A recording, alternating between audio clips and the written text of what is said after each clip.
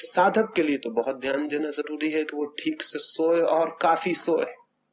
और ये भी समझ लेना जरूरी है कि सम्यक निद्रा हर आदमी के लिए अलग होगी, सभी आदमियों के लिए बराबर नहीं होगी, क्योंकि हर आदमी के शरीर की जरूरत अलग है, उम्र की जरूरत अलग है, और कई दूसरे तत्व हैं जिनकी जरूरत अलग है। बच्चा जब मां के पेट में होता है 24 घंटे सोता है, क्योंकि उस वक्त बच्चे के सब स्नायु बन रहे होते हैं।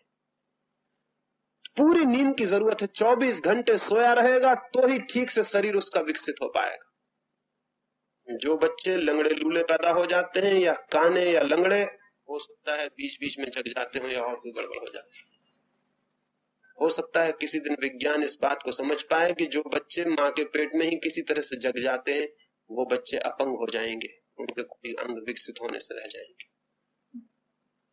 24 घंटे पेट में सोया रहना जरूरी है, क्योंकि पूरी शरीर निर्मित होता है, पूरा शरीर विकसित होता है। नींद बहुत गहरी जरूरी है, तभी शरीर की सारी क्रियाएं काम कर सकती हैं। फिर बच्चा पैदा होता है तो वो 20 घंटे सोता है, अभी उसका शरीर बन रहा है। फिर वो 18 घंटे सोता है, फिर 14 घंटे सोता है, अभी उसका शरीर बन रहा है। जैसे जैसे उसका शरीर परिपक्व होता चला जाता है वैसे वैसे नींद कम हो जाती है। आखिर में वो 8 घंटे और 6 घंटे के करीब स्थिर हो जाती है। फिर बूढ़े आदमी की नींद कम हो जाती है और 5 घंटे, 4 घंटे भी हो जाती है, 3 घंटे भी हो जाती है, क्योंकि बूढ़े आदमी के शरीर में फिर बनने का उपक्रम बंद हो जाता है।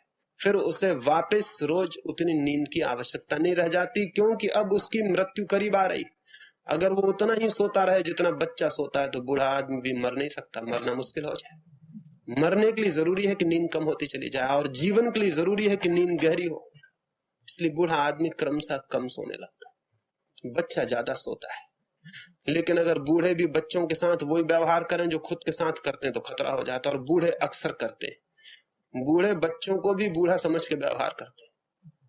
उनको भी उठाते हैं कि उठो, 3 बज गए, 4 बज गए, उठो। उनको पता नहीं कि तुम बूढ़े हो, तुम 4 बजे उठ गए हो, ये बिल्कुल ठीक है, लेकिन बच्चे 4 बजे नहीं उठ सकते, और उठाना गलत है। बच्चे की शरीर की प्रक्रियाओं को नुकसान पहुंचाना, बच्चे के साथ बहुत अहितकर है ये बात। एक बच्चा मुझसे कह रहा था कि मेरी माँ भी बड़ी अजीब है, जब रात को मुझे नींद नहीं आती तब जबरदस्ती मुझे सुलाती है, और जब मुझे नींद आती है सुबह तब जबरदस्ती मुझे उठाती है। ये मेरे को समझ में नहीं आता कि जब मुझे नींद नहीं आती तब मुझे सुलाया जाता है, और जब मुझे नींद आती तब मुझे उठाया जाता है। तो वो मुझसे बोला कि मेरी माँ को आप समझा दें, दुनिया को आप समझाते हैं, मेरी माँ की कुछ समझ में आ जाती। ये उल्टे ही क्यों करती? बच्चों के साथ बूढ़ों जैसा व्यवहार निरंतर होता है, हमें ख्याल ही नहीं। और फिर किताबों में लिखे हुए बंधे हुए सूत्र हैं, स्टैंडर्ड सूत्र हैं, उनके अनुसार आदमी जीने लगता है। आपको शायद पता ना हो, नवीनतम खोजबीन ये कहती है कि हर आदमी के लिए उठने का समय भी एक नहीं हो सकता। जैसा हमेशा कहा जाता है कि 5 बजे उठाना सबके हितकर में है, ये बात बिल्कुल ही अवैज्ञानिक और गलत है। सबके हित में नहीं है, कुछ लोगों के हित में हो सकता है, कुछ लोगों के अहित में हो सकता है। 24 घंटे में कोई 3 घंटे के लिए शरीर का तापमान नीचे गिर जाता है हर आदमी का, और जिन 3 घंटों में तापमान नीचे गिरता है वे ही 3 घंटे उसके लिए सबसे गहरी नींद के घंटे होते हैं। अगर उन 3 घंटों में उसे उठा दिया जाए तो उसका दिन भर खराब हो जाएगा, उसकी सारी ऊर्जा अस्त व्यस्त हो जाएगी। आम तौर से ये घंटे 2 और 5 के बीच में होते हैं रात को। अधिकतम लोगों के ये 3 घंटे रात के 2 बजे से लेकर और 5 बजे के बीच में होते हैं, लेकिन सभी के नहीं होते। किन्हीं का 6 बजे तक तापमान नीचे होता है, किन्हीं का 7 बजे तक तापमान नीचे होता है, किन्हीं का 4 बजे तापमान वापस लौटना शुरू हो जाता है।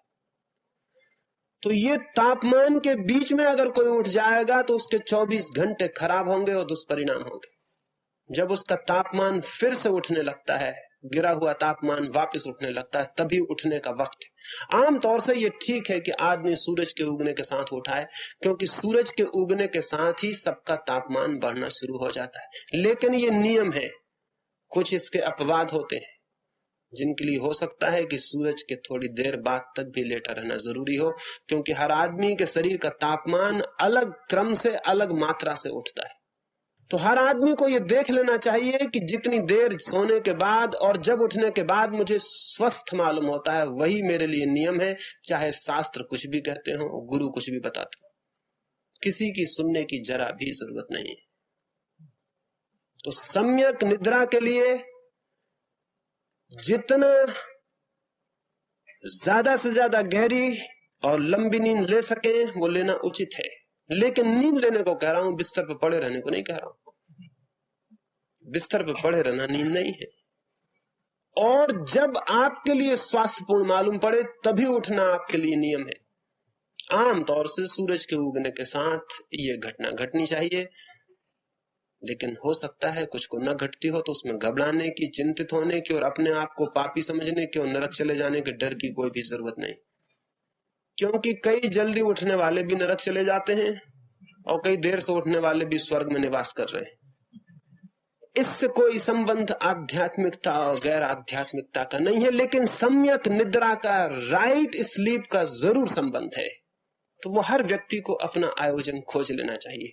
एक 3 महीने तक हर व्यक्ति को श्रम पर, निद्रा पर और आहार पर प्रयोग करने चाहिए और देखना चाहिए कि मेरे लिए सर्वाधिक स्वास्थ्यपूर्ण, सर्वाधिक शांतिपूर्ण, सर्वाधिक आनंदपूर्ण कौन से सूत्र हो सकते हैं। और प्रत्येक व्यक्ति को अपने सूत्र खोज लेने चाहिए।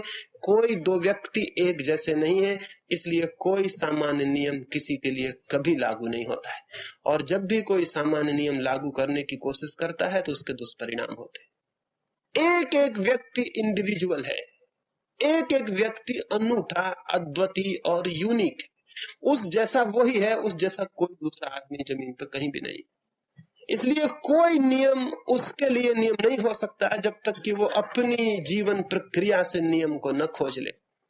तो किताबें, शास्त्र और गुरु खतरनाक सिद्ध होते हैं, क्योंकि उनके पास रेडीमेड फार्मूला होते हैं, तैयार फार्मूला होते हैं। वो बता देते हैं कि इतने बजे उठना चाहिए, ये खाना चाहिए, ये नहीं खाना चाहिए, ऐसा सोना चाहिए, ऐसा करना चाहिए। ये रेडीमेड फार्मूला खतरनाक है, वो समझने के लिए ठीक है, लेकिन हर आदमी को अपने जीवन में अपनी व्यवस्था खोजनी पड़ती है। हर आदमी को अपनी साधना खोजनी पड़ती है। हर आदमी को साधना का पथ स्वयं चल के निर्मित करना होता है। कोई राजपथ नहीं है जो बना बनाया है जिस पे आप गए और चलने लगे। ऐसा कहीं कोई राजपथ नहीं है। साधना बिल्कुल पगडंडी की भांति है, और वो भी ऐसी पगडंडी की भांति जो पहले से तैयार नहीं है। आप चलते हैं, जितना चलते हैं उतनी ही तैयार होती, और जितना आप चल लेते हैं उतना आगे की समझ बढ़ जाती है और आगे के लिए निर्मित हो जाती है। तो ये 3 सूत्र और ध्यान में ले लेने जरूरी है: सम्यक आहार, सम्यक श्रम और सम्यक निद्रा। अगर इन 3 सूत्रों पर ठीक इन सूत्रों पर जीवन की गति हो, तो वो जिसे मैं नाभि केंद्र कह रहा हूं, जो कि द्वार है आत्म जीवन का, उसके खुलने की संभावना बहुत बढ़ जाती है। और वो खुल जाए, उस द्वार के निकट हम पहुंच जाएं, तो एक बहुत ही अभिनव घटना घटती है जिसका हमें सामान्य